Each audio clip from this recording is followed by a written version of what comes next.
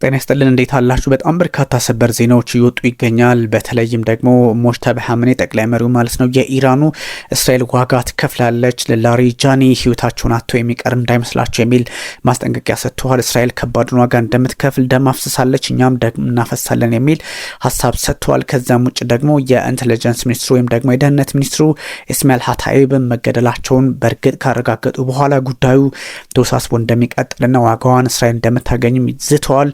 ከዛ ውጭ ደግሞ ካታር፣ አረብ ኤምሬቶች፣ ሳውዲ አረቢያ በመመታት ላይ ናቸው። በነገራችን ላይ ኢራቅም ውስጥ ጥቃት ሰንዝሯል። መላው መካከለኛው ምስራቅ በአሁኑ ሰዓት የተቀጣጠለ ነው ማለት በጣም የሚቀል መረጃ እየወጣ ይገኛል እና የምር ትንሽ ፖለቲካው አስቸጋሪ ነው። በአሁኑ ሰዓት ይህን ጉዳይ እንኳን እየነገርኳችሁ ከደቂቃዎች በፊት አረብ ኤምሬቶች የሚመጡትን የኢራን ሚሳይሎች ለማምከን የኢራን ድሮኖች ለማምከን ጥረት ላይ እንደሆነች ተነግሯል። ካታር የተለያዩ ጥቃቶችን እንግዲህ በተለይም ደግሞ ራስ ላፋን የተባለው የነዳጅ ማጣሪያ ቦታ ላይ ጥቃት ሰንዝሮ ነበር። እሱን ለማክሸፍ ጥረት እያደረገች ባለችበት ሰዓት ተጨማሪ ሚሳይሎች ደግሞ እየወረዱባት ነው። በእርግጥ ተቆጣጥረዋል ሰዓቱን የሚል መረጃ ብታገረም ሁኔታዎች እጅግ አስቸጋሪ ናቸው።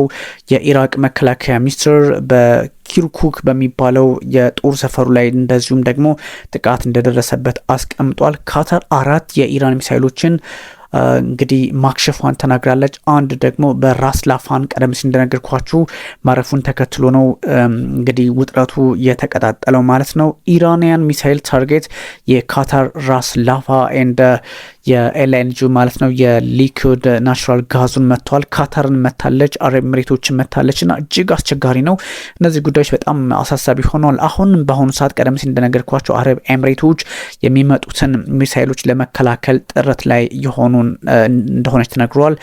ምን እንደሚመጣ ወይም ደግሞ ምን እንደሚያወድም ኦፍኮርስ እነዚህ በደቂቃዎች ውስጥ የሚታወቅ ጉዳይ ቢሆንም ጥቃቱ ግን ተሰንዝሯል። ካታር እንግዲህ ኢራን ራስ ላፋን ላይ ያደረሰችውን ጥቃት ተከትሎ በካታር የውጭ ጉዳይ ሚኒስትር በኩል ራስ ላፋን ማለት በጣም የዓለም አቀፍ ሕግጋትን እንደተጣሰ የሚጠቁም አይነት ጥቃት እንደደረሰባቸው ነው እየተናገሩ ያሉት እና የካታር የውጭ ጉዳይ ሚኒስቴር መስሪያ ቤት ያወጣው መግለጫ ኢራን በማን አለብኝነት ያደረገችው ነውና ልክ ያልሆነ ተግባር ፈጽማለች በማለት ለመወንጀል ሞክሯል። ግን ራስ ላፋን ላይ የተነሳው ሰዓትን በቁጥጥር ስር መዋሏን ካታር አሳውቃለች። የሀገር ውስጥ ሚኒስትሩም በዚህ ላይ አረጋግጧል። የኢራቅ መከላከያ ሚኒስትሩም ደግሞ በቀደም በነገርኳችሁ በኪርኩክ የአየር ጦር ሰፈር ላይ እንደዚሁ ጥቃት ደርሶበታል። ታርጌትድ ሆኗል። በፕሮጀክታይል ወይም ደግሞ በሚሳይሎች ነው ጥቃቱ እየደረሰበትና በጣም መካከለኛው ምስራቅ እዚህም እዛም አስቸጋሪ በሆነ ሁኔታ ፈተና ገጥሞበታል።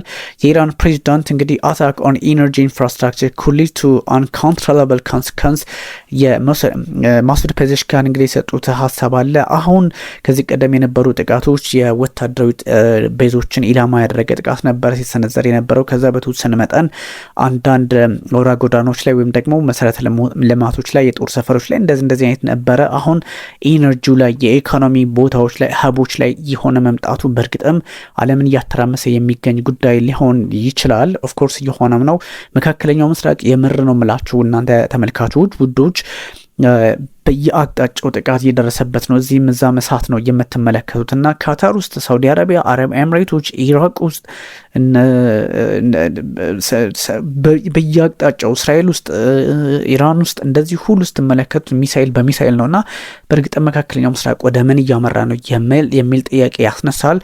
ፕሬዚዳንት ማሱድ ፔዜሽኪያን የኢራኑ ፕሬዚዳንት በኤክስ ገጻቸው ላይ ስትሮንግሊ የኢነርጂ ኢንፍራስትራክቸር ላይ ኢላማ መደረጉን እያወገዙ ይገኛል። ምክንያቱም በሳውዝ ፓርስ አካባቢ የጋዝ ፊልድ ላይ ወይም ደግሞ የነዳጅ ማከማቻ ቦታዎች ላይ ጥቃት መሰንዘሯን እስራኤል ተከትሎ ነው ይሄን አይነት እርምጃ እኛም እንወስዳለን በሚል ወዲያውኑ የካታሮች ላይ እርምጃ መውሰድ የጀመሩትና እጅግ አስቸጋሪ ነው። ይሄ ውጥረት አሁን የነዳጅ ገበያው ንሯል። በናረበት አጋጣሚ ደግሞ የተከማቸውን ሳይቀር መምታት መያያዛቸው እጅግ አስቸጋሪ ነውና እንደዚህ አይነት አካሄዶች የአሜሪካና የዛይኒስት ይሏቸዋል። የአሜሪካ ኤንድ ዛይኒስት ኤኒሚ ኤንድ ዴር ሰፖርተር የሚያደርጉት ናቸው። rather they will complicate the situation and collect uncountable consequence የሚል ሀሳብ ነው የሰጡት። ጉዳዩ ቀላል አይደለም። ስለዚህ እነሱ በኢነርጂ መሰረተ ልማቶች ላይ በኃይል ማለት ነው በነዳጅ አይነቶቹ ላይ በፔትሮሊየም ላይ የሚሰነዝሩ ጥቃት ዋጋ የሚያስከፍል ከቁጥጥር ውጭ የሆነ አደጋን ይዞ የሚመጣ ነው በሚል መግለጫ ሰጥተዋል። ሄዝቦላ ወደ እስራኤል እንደዚሁ ጥቃት ሰንዝሯል። በጣም ከፍተኛ ባሬጅ ሄቪ ራኬትስ ባሬጅ ፋየርድ ባይ ሄዝቦላ ትዋርድ እስራኤል የሚል መረጃ ነው የተሰጠው። እንግዲህ የእስራኤል ሆም ፍሮንት ኮማንድ እንግዲህ ሆም ፍሮንት ነው የሚባሉት የአገር ውስጡ ማለት ነው። እንግዲህ being activated by the upper ላይኛው ገሊሊ ወይምና እንደዚሁም ደግሞ በቴልአቪቭ አካባቢዎች ላይ ማስጠንቀቂያ ሰጥቷል። የሚወጣውን ደግሞ የሚገኘውን ውጤትና ምን አይነት ውድመት ሊያስከትል እንደሚችል ኮንሲኩዌንስንም እናየዋለን። የኢራን የውጭ ጉዳይ ሚኒስትር ሪሰንትሊ የሚፈጸሙ ጥቃቶች ሞራል ኮላፕስ ናቸው። በተለይም ደግሞ እንግዲህ ሰይድ አባስ አራግቺ የውጭ ጉዳይ ሚኒስትሩ ማለት ነው መግለጫ ሲሰጡ የተለያዩ ጥቃቶችን የኢራን መሪዎች በሁለት ቀናት ውስጥ የጠፉትን የኢንቴሊጀንስ ሚኒስትሩ እንደዚሁም ደግሞ ጠቅላይ የደህንነት ኃላፊው መቀጠፍ እጅጉን አስቸጋሪ መሆኑን ግምት ውስጥ ካስገቡ በኋላ ግን በእንደዚህ አይነት ሁኔታዎች ላይ እኛ ዋጋ አንከፍልም የሚል ሀሳብ ሰጥተዋል። ጠንካራ ሆነን እንቀጥላለን የሚል ነው ሀሳብ ያስቀመጡ። የካታር ኢነርጂ ደግሞ እንደዚህ በኢላማ ውስጥ መግባቱ ትንሽ አስቸጋሪ ነው። እስራኤል ካቲንግ ኦፍ ሳውዝ ሊባኖን ዊዝ ሞር ያው እሱ ሌላ እንትን ነው እነግራችኋለሁ። እነሱ ነገሮች አሉ። ብዙ አቅጣጫዎች አሁን መልካቸውን እየቀየሩ ነው። ወደ ባህሬንም እንደዚሁ ጥቃት ሰንዝሯል እና ሙሉ መካከለኛው ምስራቅ በእርግጥም ዛሬ ጦርነት ውስጥ እንደገባ የሚያሳይ ነው። ሳውዲ አረቢያ በአልካርጂ አገዛዝ ውስጥ ወይም ደግሞ ግዛት ውስጥ የተሰነዘረን ጥቃት አክሽፋለች። ብዙ ጥቃቶች እየደረሱ ነው። ኩዌት 17 ችግሮች ወይም ደግሞ 17 ሪፖርትስ ኦፍ ፋሊንግ ደብሪስ ማለትም ከዚህ ከእንትን ጋር በተገናኘ 17 ችግሮች ወይም ደግሞ ወይም ኩዌት አንድ መረጃ መጣራት አለበት ግን እስካለው ልንገራችሁ። ኩዌት ሪፖርት 17 ኬዝ ኦፍ ፋሊንግ ደብሪስ ፍሮም ኢንተርሴፕሽንስ ኢን 24 hours. ኩዌት ሚኒስትሪ ኦፍ ኢንቴሪየር ሃዝ ሴድ ኢትስ ኤክስፕሎሲቭ ኦርዳንስ ዲስፖዛል ቲምስ ሃንድል 17 ሪፖርትስ ኦፍ እንግዲህ 17 የሚሆኑ ጥቃት መሰንዘሩን ተከትሎ ከነዚህ ከፍንጥርጣሪዎች የተገኙ መረጃዎችን ወይም ደግሞ በዛ ልክ ጥቃቶችን ወደ 17 የሚሆኑ ኬዞችን ይዟል ነው። ሳውዲ አረቢያ ቅድም እንደነገርኳችሁ እንትን ላይ ነው ያለችውና የኦይል ፕራይስ ሃቭ ኮንቲኒዩድ ቱ ራይዝ አሁንም የነዳጅ ዋጋ እየጨመረ ሄዷል። 108.51 ባረል ሆኗል። እንግዲህ በ4.92 በመቶ ጨምሯል ማለት ነው። ዩኤስ ክሩድ ሮዝ ደግሞ $98 ሆኗል በ1.86 በመቶ ጨምሮ ማለት ነው። እጅግ አስቸጋሪ ነው። በነገራችን ላይ እንግዲህ ብዙ ነገሮች ልንረዳቸው እንችላለን። እንደዚህ አይነት ነገሮች ቀላል አይደሉም። በተለይ ደግሞ የኢራኑ ሁለንተናዊ መሪ እንግዲህ ሶስተኛው ማለት ነው እሳቸው በተለየ መንገድ ጥቃታችን አጠናክረን እንቀጥላለን፣ እስራኤል ዋጋ ትከፍላለች የሚል ሀሳብ የሰጡበት በብዙዎች ዘንድ መነጋገሪያ ሆኗል። ግን ፖለቲካሊ መካከለኛው ምስራቅ ዛሬ እሳት ላይ ነው ለማለት ያስችላል። ምክንያቱም ካታር ላይ የተፈጸመው ጥቃት ሳውዲ አረቢያ 4 ሰዎች እንደተጎዱባት ሪያድ ላይ በዚህ ሻርፕነሉ ማለት ነው እንግዲህ ጥቃቱ ሲደርስ በፈረሰው ቦታ ላይ ማለት ነው 4 ሰዎች ጉዳት እንደደረሰባቸው አስቀምጣለች። ራስ ላፋን ፋየር ብራውት አንደር ኮንትሮል በቁጥጥር ስር መዋሉን አስቀምጠዋል። የኢራን ፕሬዚደንት ቀደም የነገርኳችሁን መረጃ አጋርተዋል። ካታር ኮልስ ኢራን ኤ ዳይሬክት ትሬት ቱ ዘ ሪጅን።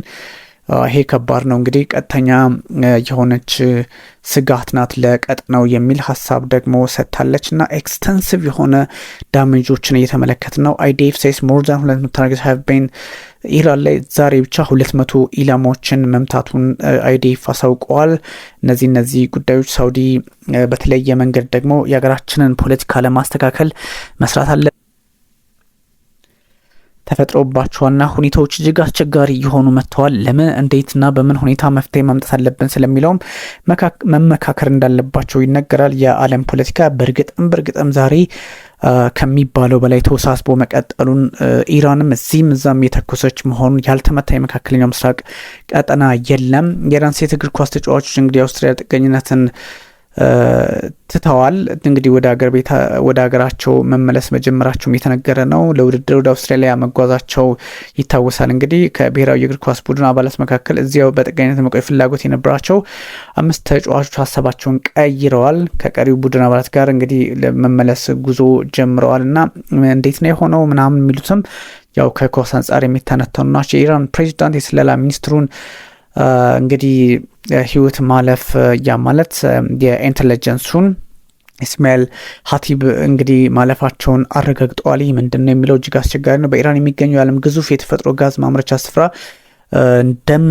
እንግዲህ በዓለማችን ላይ ግዙፍ የሚባለው ነው። ጥቃት ተፈጽሞበታል። በኢራን ደቡብ ፓርስ በሚባለው ቦታ ላይ ቀደም ሲል እንደነገርኳቸው የጋዝ ማምረቻ ስፍራ ላይ የሚገኘው የፔትሮኬሚካል ተቋም ነበር። የአየር ድብደባ ተፈጽሞበታል። ከእስላማዊ ቤተዘብ አይጂሲ ግንኙነት አለው። መገናኛ ብዙሃን በዚህ ሀሳባቸውን እያስቀመጡ ይገኛል። እንግዲህ ከፊል ጥቃትም አይደለም እጅግን ውስብስብ እንደሆነ ተነግሯል። በዚህ ላይ እንግዲህ